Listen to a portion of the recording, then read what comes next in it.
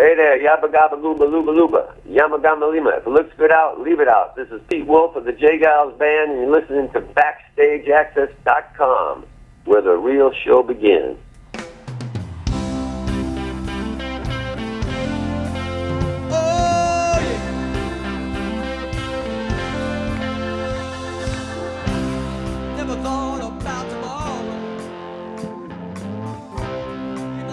We're here with one of the rock and roll's greatest frontman, Peter Wolf. Peter's a vocalist of Geils Band and an accomplished solo artist. Currently in the band, Geils is on tour in support of Bob Seger. Right now, being on a huge tour, Peter, as Bob Seger, being an artist like that and being a support artist for Bob going on this run. And people are obviously reconnecting with the band, but they might be seeing that obviously when you're looking at it, the actual guitarist, Geils, is not a part of that. Talk about how that's going and how he's not a part of it, and you know, what's going on currently with Geils. Well, you know, in bands that have been around for a long time, there's been lots of changes, going from the Rolling Stones to the Allman Brothers and the list, the Eagles, and the list goes on and on and on and on.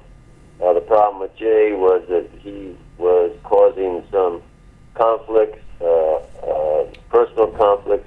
He was not, his music, he was not really wanting to take part in a lot of what we were doing, and it was unfortunate, but you know, like what certain bands have to do, you have to make a choice, like with the Allman Brothers and Dickie Betts, and it just was time to move on. And it's strange because the band was in his name, because when we first started, his manager wouldn't allow us to perform unless it was under the name Geils, and we became known as that. But just like Dave Clark 5 was a drummer, not the singer, Paul Revere and the Raiders were, you know, it was not the singer, and it happens. You know, Kool and the Gang was the bass player, not the singer. There's confusion, because I remember when we were playing at the Fillmore for the first time, and Bill Graham came to see the show. He ran up backstage and grabbed me and gave me a big hug and said, "Jay, you are fantastic." And I said, "Well, I'm not Jay." And he said, "You're not Jay." And so it did cause confusion, but you know, things happen. His attitude was not in the brotherhood of the band, and if a band is going to go out, you need a certain, like a teammanship and a camaraderie to make the music that we do work. Right, and actually, unfortunately, there's a lawsuit pending, and did you want to possibly mention anything about that, or what's going on with that? There's no lawsuit pending. It's all, you know, it's just he's decided to go his way and we went ours. Okay. The Geils Band, like, you know, like the Stones, where they've gone through different guitar players from Mick Taylor to, you know, Brian Jones. You know, they got Ronnie and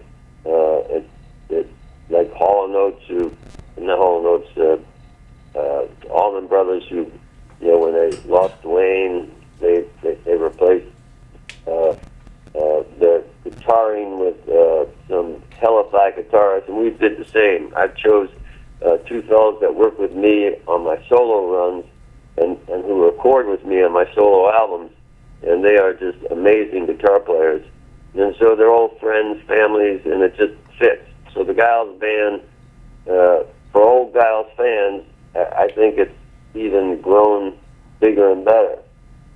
And like I said, the band's currently on tour, and actually the band Geils really transformed and morphed into different things. And when I say that is, you guys were really a blues-based, you know, rock band, you know, from Boston, and all of a sudden, you know, that was in the late 60s, 70s, and then towards the late 70s, early 80s, you guys were starting to have some radio-friendly hits, and especially, obviously, Centerfold and Freeze Frame really took you to a new stratosphere.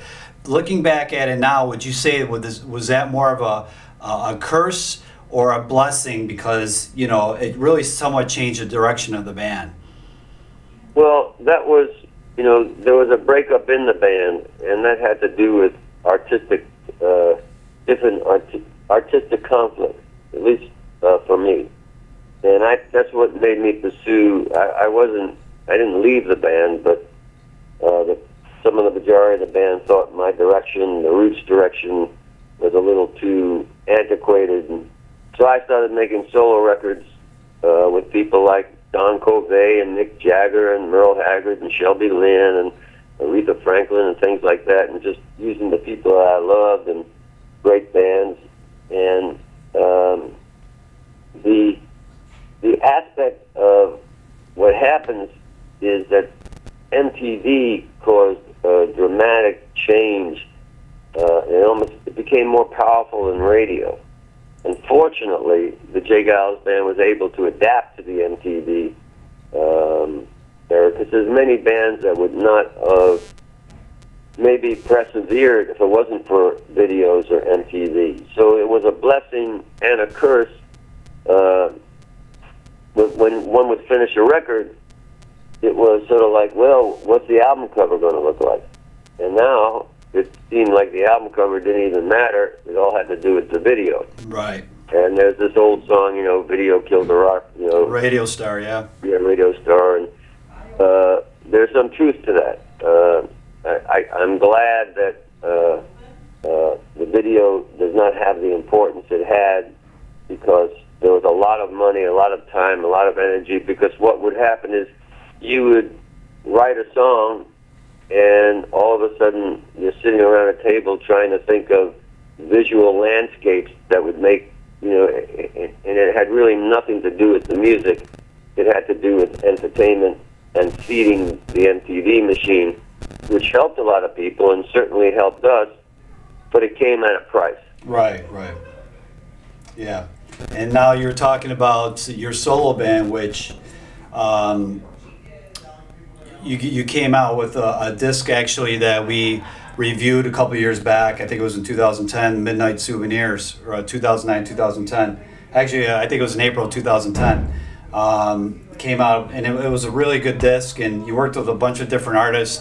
You mentioned a couple, Merle Haggard and Shelby Lynne, and you know, talk a little bit about writing that album, and if are you going to be coming out with any new material? Yeah, I'm glad you asked. I have a new album coming out in the summer. I was supposed to be doing a duet with Bobby Womack. We had been talking about it. Tried to feel it. You know, unfortunately, Bobby turned ill, and very sad. Yep. And I'm very sad to hear that an old friend of mine, Bobby Keys, just passed away the other day. And right. He was an old friend that I knew from the early days of Delaney and Bonnie, and Keith Richards and I spent 1,001 nights in hotel rooms just doing what we do. So my hats off, and with great sadness to hear about the passing of Bobby Keys. Right. But the new album is coming out in the summer. I don't do duets. It's just that, like, for instance, with the Merle Haggard song, it just felt like, wow, this would be great if Merle could do it. And I sent it to Merle. He loved it. We went out and did it with the Mick Jagger song on Nothing But the Wheel on the Sleepless record. I was sitting with Mick, and he said, it sounds like an Exile Street, Exile on Main Street. And I said, well, why don't you just let's kick it around in the studio and see what we get. And I thought Mick did a fantastic job. And Steve Earle's on one of the tracks. I got Keith and I doing an all-night blues thing we recorded at 5 o'clock in the morning. So the solo records do give me an opportunity to venture into new horizons. But the Geils band also gives me an opportunity to revisit a lot of the songs and the material that it helped create. And that's still what I find rewarding, is after all these years, so many people still want to hear things like Give It To Me and Must Have Got Lost and Reputed the Buter, and it's nice to be able to jump back and do that. Both are so important to me, but the solo stuff is the stuff that I find artistically is the thing that keeps me moving forward. Do you have a working title for the CD? No, and people keep asking me that, and I'm sorry I don't. It's sort of like I'm at the point where everybody knows that famous story that Paul McCartney, in his song Yesterday, his working title for the song was Scrambled Egg. Yeah, right. I remember that. Yep. Scrambled eggs, scrambled eggs. Well, scrambled mine might be one, but no title as of yet. But thanks for asking. Okay. I want to get your opinion actually on the state of blues today. Obviously, you being a really bass blues singer. What is your impression on the new cats coming up, and any of them do you follow? Well, yeah, I keep my ears and eyes open, and there's some really, good players and stuff. I remember Muddy Waters. There was a club he used to play, and it was right next to my apartment. He used to come by my apartment and use it as his dressing room and hang out and just relax. And I remember him to say, he used to call me Little Wolf. Wolf, let me tell you, there's a lot of guitarists. There's Eric Clapton and all these people, Michael Bloomfield. They're great guitarists. And they can even play at some points where I can't even tell the difference. It's near them. But I'll tell you one thing. There ain't nobody going to be able to sing like Muddy Waters. And so I think that, to me, is the basis of it. Having got to know Muddy so well, and people like John Lee Hooker and Otis Ann and James Cotton.